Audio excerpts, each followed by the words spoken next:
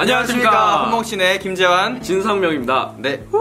벌써 6화네요. 근데 저희 오늘 이렇게 촬영해주시는 두 분이 오늘은 이제 수용이 형이 아니라 수용이는 지금 포항에 휴양 갔어요. 휴양 가가지고 로고를 만들어주신 윤보경 하고와 그리고 그 몽글몽글 심야 영화 내레이션의 주인공인 방경희 씨가 있기 때문에 두 분이 도와주셔서 오늘 촬영을 하게 되었습니다. 맞습니다. 자, 오늘 소개할 영화 뭐죠? 저희 오늘 소개할 영화는 4월 12일에 CGV에서 재개봉을 하는 영화, 바로 라이프 오브 파이입니다. 인도에서 동물원을 운영하던 파이의 가족은 동물들을 싣고 이민을 떠나는 도중 거센 폭풍우를 만나게 됩니다. 파이의 가족들이 탄 배는 침몰하고 파이는 가까스로 구명보트에 올라타 살아남게 되는데요. 그러나 그 구명보트 위엔 파이뿐 아니라 얼룩말과 하이에나, 오랑우탄, 그리고 호랑이도 살아남아 있었습니다. 태평양 한가운데 동물들과 함께 표류하게 된 파이. 과연 그가 마주할 현실은 어떻게 될까요? 영화 라이프 오브 파이입니다. 이 영화가 원래는 소설의 원작인 영화. 해리포터 이후로 거의 처음으로 소설 먼저 읽고 영화를 보게 된. 책도 정말 좋은데 맨부커상 받았죠? 맞습니다. 맨부커상 상 받은 책이죠. 근데 이 책을 아무리 좋아도 망한 케이스도 많잖아요. 맞아요. 그렇지만 감독이 바로 이안 감독이죠. 그래서 이안 감독이 정말 대단한 감독이죠. 그렇죠. 저 생각에는 이안 감독이 최근에 스티븐 스필버그도 굉장히 영화 많이 내고 있잖아요. 맞습니다. 뭐 레디 플레이 원이나 더 포스트. 그쵸. 왔다 갔다를 잘하는 감독이잖아요. 장르의 경계를 왔다 갔다를 잘하는 신드러 리스트를 갔다가 주라기 공원도 찍고 왔다 갔다 하는 순서 바뀌었지만. 근데 이안 감독도 필모그래피를 보면은 쎄게 좀 쎄게 말해. 이 사람이 지금 다시 한번 쎄게. 네, 맞습니다. 브로크백 마운틴, 와호장룡, 심지어 헐크까지. 맞아요. 이제 헐크는 솔직히 진짜 이안 감독 거라고 말 안 하면 모를 것 같아요. 그래서 한간에는 그런 또 썰이 있어요. 이안 감독이 인간 형상을 한 외계인이다.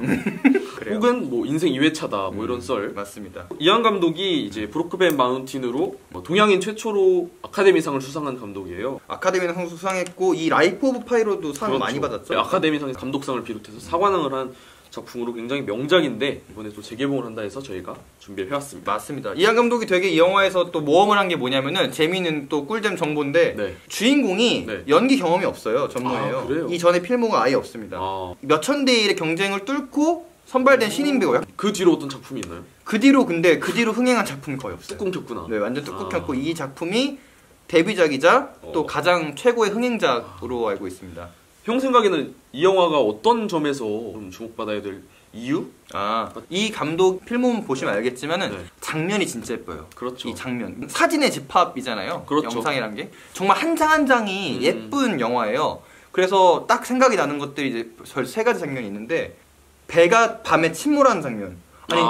그 장면이랑 식인섬 간 장면이랑 고래 해파리 그 야간 바다 장면이 있는데, 그래서 이 영화는 꼭 극장에서 봐야 된다고 생각합니다. 그렇죠. 이제부터는 벌써부터 약간 내용 이야기로 들어가자면 스포일러가 이 영화는 아주 스포일러 뿅뿅뿅뿅. 네, 사실 영화의 줄거리만 놓고 보면은 이 영화는 좀 생존 영화 아니면 표류기, 단순한 플롯을 가진 영화라고 생각을 할 수 있는데 그렇지 않죠. 또 사실 이 영화가 단순하게 한 소년이 표류한다 라는 주제로 갔으면은 물론 재미있는 주제지만 과거부터 사랑받은 주제잖아요. 로빈슨 크루소 저는 어릴 때 되게 재밌게 봤거든요. 캐스터웨이도 있고 흥미로운 주제인데 그 주제로만 흘러갔으면 단순한 그냥 일반적인 그냥 무난한 영화가 됐을 텐데 그렇지 않잖아요.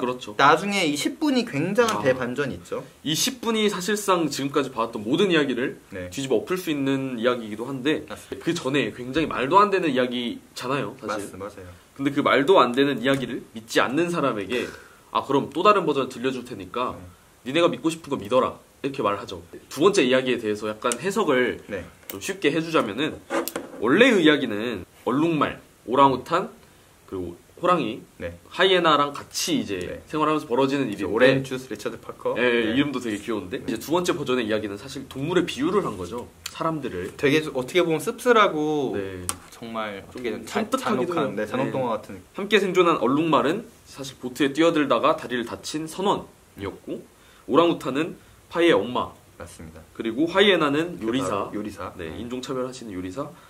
그리고 호랑이는 결국 자신에 비유하는 그런 이야기를 들려주는데, 그래서 그 하이에나가 원래 죽이고 이렇게 먹는 장면까지 나오는데, 이게 이제 두 번째 버전으로 들어가면은 요리사가 그 파이의 어머니랑 그 선원을 이제 배에 굶주려서 먹는 그쵸, 장면으로까지 해석을 할 수 있는 그쵸. 굉장히 섬뜩한 이야기죠. 그래서 그 분노한 이제 리처드 파커로 대변되는 주인공이 그렇죠. 죽이는 거죠, 복수로. 살인까지 그렇죠. 주인공이 살인까지 하게 되는 그런 이야기일 수도 있다는 겁니다. 어쨌든 이게 정답은 아니고 열린 결말로 풀어주죠. 그렇죠. 당신이 어떤 걸 믿든 당신이 자유다라고 그렇죠. 풀어주는데 이거에 맞아요. 대해서 어떤 평론가가 또 어떤 말을 했잖아요. 제가 굉장히 존경하는 문학 평론가가 있는데 신영철 문학 평론가라고 있어요. 이 영화가 진정한 3D 이야기다라고 네. 표현을 해주거든요. 만약에 이 영화가 한 소년이 망망대해를 표류하다가 구조된 이야기다. 이러면 1차원적인 이야기라는 거예요. 그렇죠. 근데 한 소년이 자신의 표류 체험을 재가공해서 우리한테 들려주는 이야기는 2차원적인 이야기라는 거죠. 2차. 근데 또 3차는 뭡니까? 3차는 표류한 이야기랑 재가공된 이야기를 둘 다 들려줘서 우리 보고 선택을 하게 만드는 이게 진정한 바로 3D 서사가 아닌가라는 말을 레알 3D다 이게. 레알 리스펙입니다. 네, 진짜 이게 그냥 영상적인 3D가 아니라 내용적인 그렇죠. 3D다. 굉장히 인상 깊은 말이었어요. 제 멋지네요, 개인적으로. 저도. 그러니까 결국 이야기의 핵심은 주인공이 우리한테 듣는 사람으로 하여금 어떤 이야기가 더 마음에 드세요라고 묻는 그 질문이잖아요. 그런 점에 있을 때 이 문학평론가의 해석이 굉장히 와닿는 영화의 맞습니다. 주제였다. 이 영화가 그래서 마지막 10분을 위한 복선들이 또 재밌는 복선들이 맞아요, 깔려 있어요. 맞아요, 아, 이 맞아요. 부분은 꼭 보셔야 되는데 진짜 저도 보고 깜짝 놀란 복선들이 몇 개 있습니다. 말하지 않거나 두 번 보지 않으면 잘 모를 수 있는 부분들이기도 해요. 맞아요. 첫 번째 복선은 제가 설명해 드릴게요. 예. 진짜 신기한 복선이에요. 이게 영어로 영화를 보면은 맞아요. 어라? 맞아요. 하고 보실 수 있는 장면인데 이제 한국어로 우리가 그쵸. 자막을 보다 보니까 맞아요, 놓칠 수 있는 맞아요. 장면인데 뭐냐면은 이 호랑이 이름이 여기서 리처드 파커잖아요. 네. 사실 이 호랑이 원래 이름은 Thirsty였어요. Thirsty. 네. Thirsty였는데 이제 그 사냥꾼 이름 리처드 파커에서 둘이 이름 바뀐 거거든요. 네.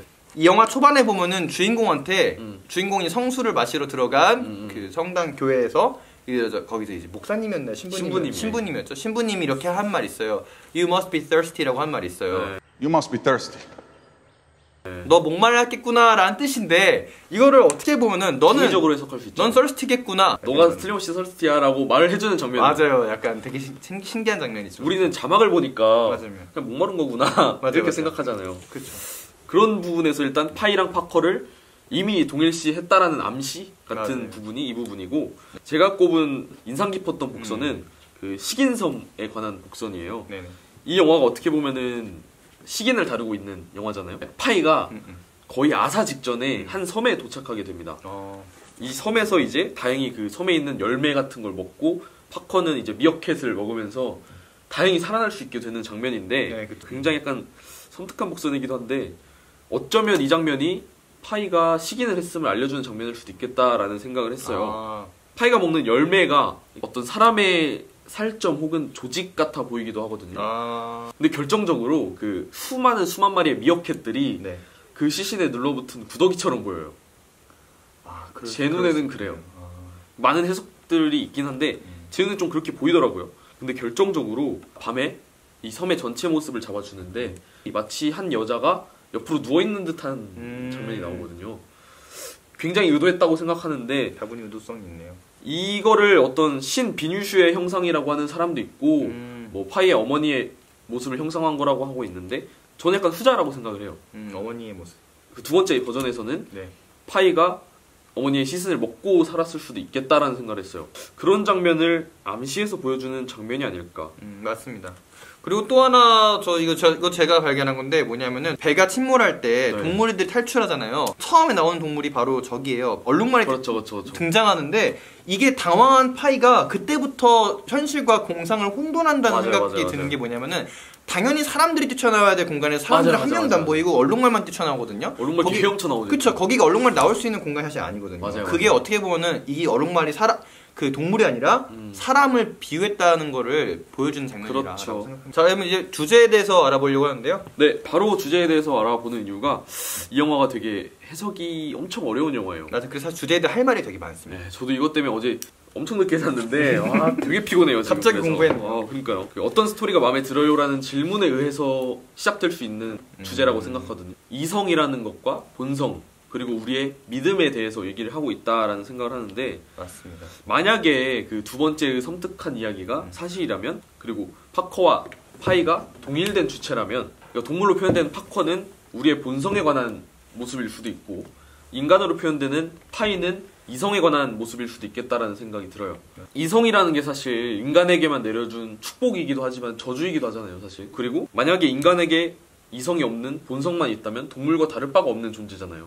우리가 이 세상 살아가면서 되게 이성의 영역이 있잖아요. 그리고 본성의 영역이 있잖아요. 무의식의 영역이 있는데 이 경계를 넘나들면서 우리가 살아가고 있다고 생각하거든요. 그러면 과연 이 영화에서 파이가 결국 살았는데 본성 때문에 산 걸까 아니면 이성 때문에 살아난 걸까라는 것도 생각해 볼 수 있다고 생각해요. 파이가 아버지가 이성을 가르쳐줬기 때문에 살아났다고 말하는 대목도 있고 리처드 파커가 아니었으면 자기는 죽었을 거다라고 말하는 두 대사가 있거든요. 이 영화의 주제는 결국 삶에 있어서 이성과 본성은 떼어낼 수 없는 이 두 가지의 균형이 중요하다고 말하는 영화 같다. 이 영화에서 사실 감독이 바보도 아니고 바로 표류로 들어가면은 그 표류하는 거는 워낙 박진감 넘치기 때문에 그렇죠. 할 수 있는데 어떻게 보면 쓸데없이 막 무슨 뭐 그 사랑 얘기도 들어가고 동물원 얘기도 나오고 이름 얘기도 나오고 무슨 호랑이를 처음 언제 만난지도 나오고 파이의 성장 배경을 좀 많이 보여주는. 맞아요. 근데 그 이유가 있습니다. 저도 네. 그 이유가 바로 이 이성 본성이라 생각을 그렇죠. 하는데 파이가 어렸을 때 굉장히 그 종교를 탐구를 많이 하잖아요. 아, 그렇죠, 그렇죠. 믿음 이런 약간 그렇죠, 그렇죠. 비이성적인 세계 탐구하다가 믿음이라는 것을 어머니가 잘 균형을 맞춰 주거든요. 사실. 아버지가 사실 상처가 있어서 그 종교보다 서양 의학에 의해서 본인의 건강이 돌아왔다. 구원을 받았기 때문에 네. 이성과 본성을 잘 균형을 맞춰서 자라온 성장 배경을 갖고 있는 사람이에요. 맞습니다. 그렇기 때문에 결국 생존을 한 거죠. 굉장히 인상 깊었던 장면은 파커랑 파이가 굉장히 적대적인 관계잖아요, 처음에는. 그렇죠. 근데 이제 파이가 중간중간에 이렇게 훈련하고 이 파커가 길들여지잖아요, 호랑이가. 적대 관계에서 공존의 장면으로 넘어간다라는 장면으로 해석할 수 있는 게 그러니까 이 장면은 결국 이성이 본성을 길들이는 장면인 거잖아요. 그런 장면에서 우리가 살아가는 이 세상 자체도 늘 우리의 이성으로 본성을 길들이는 과정이다. 그런 생각을 했습니다. 그 바닷속을 파커가 멍하니 바라보고 있는 장면이 있어요, 호랑이가. 그래서 파이가 넌 그렇게 뭘 그렇게 뚫어지게 보냐 하는 장면이 있는데 되게 연출을 잘한 게 파커의 눈으로 바닷속을 시선을 들어갔다가 바닷속에서 무슨 심해로 들어가면서 우주의 형상이 나와요. 맞아요. 우주의 이치를 마치 깨닫는 진짜 아름다운 장면이죠. 그리고 그 슈트가 쭉 빠져나와서 나오는 장면은 파이의 눈이에요. 그러니까 이때도 약간 복선이라고 할 수 있는 게 본능의 눈으로 우주를 바라보고 이성의 눈으로 이치를 깨닫는 것. 결국 우주의 원리는 이 본성과 이성의 어떤 절묘한 공존이 아닐까. 둘은 다른 게 아니라 어떻게 합치되는 것이다. 그렇죠, 그렇죠. 보여주는 거죠. 파이의 이름에 관해서 근데 원래 파이가 아니었잖아요. 원래 피싱이었잖아요. 그렇죠. 피싱 그러니까 오줌 싸개 느낌이었잖아요. 근데 파이가 이제 쪽팔려가지고 그렇죠. 파이, 그러니까 원주율이 끝이 없잖아요. 무한이잖아요. 그렇죠. 라이프 오브 파이라는 말은 약간 무한의 삶 이렇게 해석을 한다면 그러니까 본성, 이성이 끝없이 무한히 영원히 이어지는 걸 표현한 게 아니에요. 이 영화가 신앙에 대해서 굉장히 깊은 그 연관성을 갖고 있죠. 네. 영화 초반부터도 계속해서 신앙에 대한 얘기가 나오고. 그렇죠. 우리가 결국에 살아갈 때 본성이랑 이성 중에 어떤 것에 기대어 살아갈까의 핵심은 바로 믿음이라고 생각하거든요. 맞아요. 그래서 불신에 대한 얘기도 잠깐 하잖아요. 그쵸, 불신은 오히려 신앙을 더욱더 강하게 만들어준다 했나요? 그러니까 내 신앙이 얼마나 깊은지를 테스트할 수 있는 그렇죠. 계기가 될 수 있다라고도 얘기했어요. 맞아요. 그러니까 파이가 말하듯 두 가지 버전의 이야기는 배가 침몰한 원인에 대해서도 설명할 수 없고 결국 팩트는 파이는 가족을 잃었다. 그리고 살아남았다예요. 그건 같은데 듣는 사람들은 본인이 믿고 싶은 이야기를 믿는다는 거죠. 결국은 사람들은 본인의 믿음에 반하는 이야기인지 아닌지에만 관심이 있고 대개 그 믿음에 반하는 판타지적인 이야기는 안 믿어요. 그쵸. 거짓이라고 치부해버리니까 마음 편하니까. 성경에도 그런 얘기가 있잖아요. 들을 귀 있는 자들만 들어라. 이런 얘기일 거예요. 그러니까 책에 보면은 영화에는 안 나왔는데 이런 구절이 나온대요. 세상은 있는 그대로가 아니에요. 우리가 이해하는 대로죠. 이런 구절이 나온다고 하는데 만약에 파이의 두 번째 이야기가 사실이라면 자신이 살인을 하고 식인을 한 그 고통을 피하기 위해서 살기 위해서 그 첫 번째 이야기를 믿고 있는 거죠. 본인은. 제 생각은 이 세상에 신이 있든 없든 그건 초월을 해서 종교라는 게 이 세상에선 절대 사라질 수 없는 거라고 생각을 하거든요. 사실 근데 네. 이 이제 상명의 입장도 어떻게 네. 보면 무신론의 입장에서 종교를 또 얘기한 부분일 수도 있어요. 그렇죠. 그러니까 이게 무슨 말이냐면은 아예 믿는 사람들은 이걸 믿냐 안 믿냐 문제가 아니라 이건 그냥 우리 존재하는 세상이기 때문에. 그렇죠. 그러니까 되게 재밌는 게 뭐냐면은 네. 상명이는 어느 순간 이성 쪽에서 그렇죠, 약간은 그렇죠. 보는 입장인데 저는 되게 재밌는 부분이 뭐냐면은 저는 이 영화 그리고 이 책을 먼저 접했을 때 네네. 그거 아세요? 저는 두 번째 게 현실이 아니라 첫 번째 게 현실이라고 완전 그렇죠. 믿었어요. 그럴 수 있죠. 저는 그걸 믿었어요. 그게 지금도 믿고 있는 거죠. 전 그렇게 믿고 그렇죠, 있었어요. 그게 틀린 건 아니니까. 그게 틀린 그런 일이 있을 수 있고 그렇죠. 믿으면 그것이 또 현실이 그렇죠, 되는 거잖아요. 그렇죠. 그래서 이게 더 재밌는 부분인 것 같아요. 그러니까 결론적으로 말하자면 우리가 믿는 게 본성의 이야기인지 이성의 이야기인지는 결국 관객의 우리의 몫인 거예요. 맞습니다. 그러니까 이 영화는 결국 본성과 이성 그리고 믿음에 대해서 이야기를 하고 있다라고 코너를 마무리하겠습니다. 네.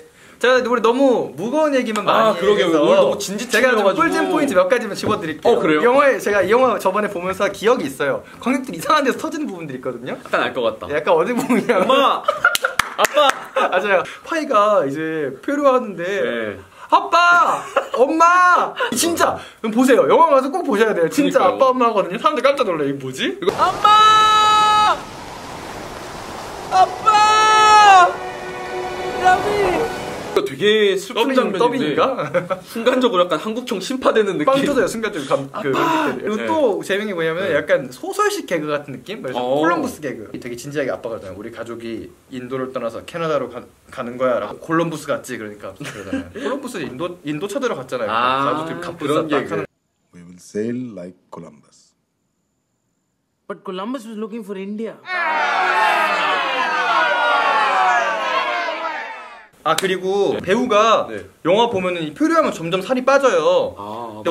머리도 네, 길어지고요. 머리도 길어지고. 근데 이게 웃긴 게 뭐냐면 원래는 배우들을 위해서 시간을 주단 말이에요. 언제까지 몇 킬로 감량해라 그렇죠, 뭐 이런 게 그렇죠. 있는데 그 기다렸다 찍고 하는데 이거 아무래도 이게 영화 처음 하는 신인 배우잖아요. 열정이 엄청난 게 영화 찍으면서 자연스럽게 계속 뺐대요. 체중 감량을 멈추지 않고 해요. 실시간으로 그냥. 대단하네요. 대단한 거죠. 그러면 우리 이제 명장면 시간으로 한번 가볼까요? 빠밤. 야. 오케이. 나이스. 이번 제 명장면은 파이가 이제 빼빼 마른 리처드 파커를 떠나보내는 장면을 뽑으려고 해요. 이 장면이 저는 두 가지 측면에서 굉장히 가슴이 아팠는데 첫 번째는 일단 어쨌든 리처드 파커는 자연의 삶이잖아요. 그쵸. 그러니까 호랑이라고 보면은 인간한테 자연이 얼마나 이렇게 냉혹한지 보여주는 씬이 같기도 하고, 두 번째는 만약에 파이의 두 번째 이야기가 사실이라면 그쵸. 파이가 만들어낸 파커라는 본성, 즉 이 고통을 견디기 위한 방패 같은 자구책 같은 존재가 사라졌기 때문에 이제 파이는 남겨진 이성으로만 상황을 받아들여야 되는, 그 파이의 앞으로가 굉장히 좀 슬프더라고요. 저 같은 경우 아까 전에 언급을 하긴 했는데 네. 저는 아직도 그 장면이 잊혀지지 않습니다. 그 배가 침몰하는 장면에서 배가 침몰하면서 파이가 그 바닷속에서 침몰하는 배를 바라보는 건데 그 바닷속에 빌딩이 있는 느낌이거든요. 맞아요. 굉장히 슬픈 그렇죠. 장면이잖아요. 근데 그 순간에 화면을 너무 아름답게 만들어서 순간적으로 그 상황이 정말 아름다워 보일 정도로 그러니까 꿈 같지 않나요, 정말? 그렇죠. 정말 슬프고 아름다운 꿈 같은 느낌. 정말 그 자연 앞에서는 인간이 이렇게 나약할 수 있나? 맞습니다. 약간 트라우마도 있을 수 있어요. 타이타닉이나 세월호 참사 같은 네. 트라우마가 있으면 좀 보기 힘들 수도 있을 것 같아요. 전 좀 힘들었거든요. 그 장면이 좀. 우리한테는 또 더욱 그렇죠. 더 힘든 장면이죠, 사실. 어쨌든 이게 둘 다 약간 가슴 아픈 맞습니다. 장면으로 꼽았네요. 자, 한 줄 평 시간인데요. 저 네. 오늘 저도 먼저 준비했습니다. 그래요? 오늘은 제가 먼저 하겠습니다. 제 입지를 약간 노리시는 건가요? 제가 이제 뺏어가겠습니다. 네, 그럼 한 줄 평 한번 들어보도록 하겠습니다. 저는 이 영화 라이프 오브 파이는 내가 만든 닭갈비 같다. 라고 했습니다. 닭갈비요? 네, 완전 주관적인 비유. 왜 그러냐면은 네. 제가 만든 닭갈비가 네. 될 때까지 시간이 되게 오래 걸려요. 이게 되게 더럽게 안 구워지더라고요. 그래가지고 막 볶는 거 엄청 볶아야 돼. 그리고 막 닭고기도 죄놔야 되고. 근데 다 만들면은 저는 이거 맛 완전 자신 있거든요. 말씀드렸다시피 네. 만들려면 시간이 걸리잖아요. 그렇죠. 근데 그 시간이 없이는 이 닭갈비 완성되지 않습니다. 이 영화는 똑같습니다. 이 영화 읽는 데까지 45분 정도 걸려요. 그렇죠.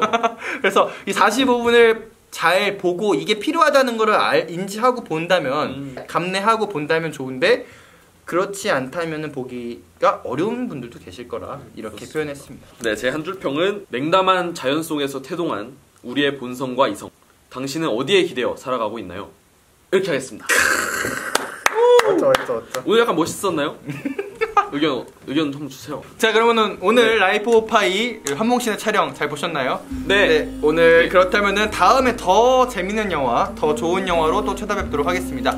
네, 지금까지 시청해주셔서 감사합니다. 빼요. 매요. 아.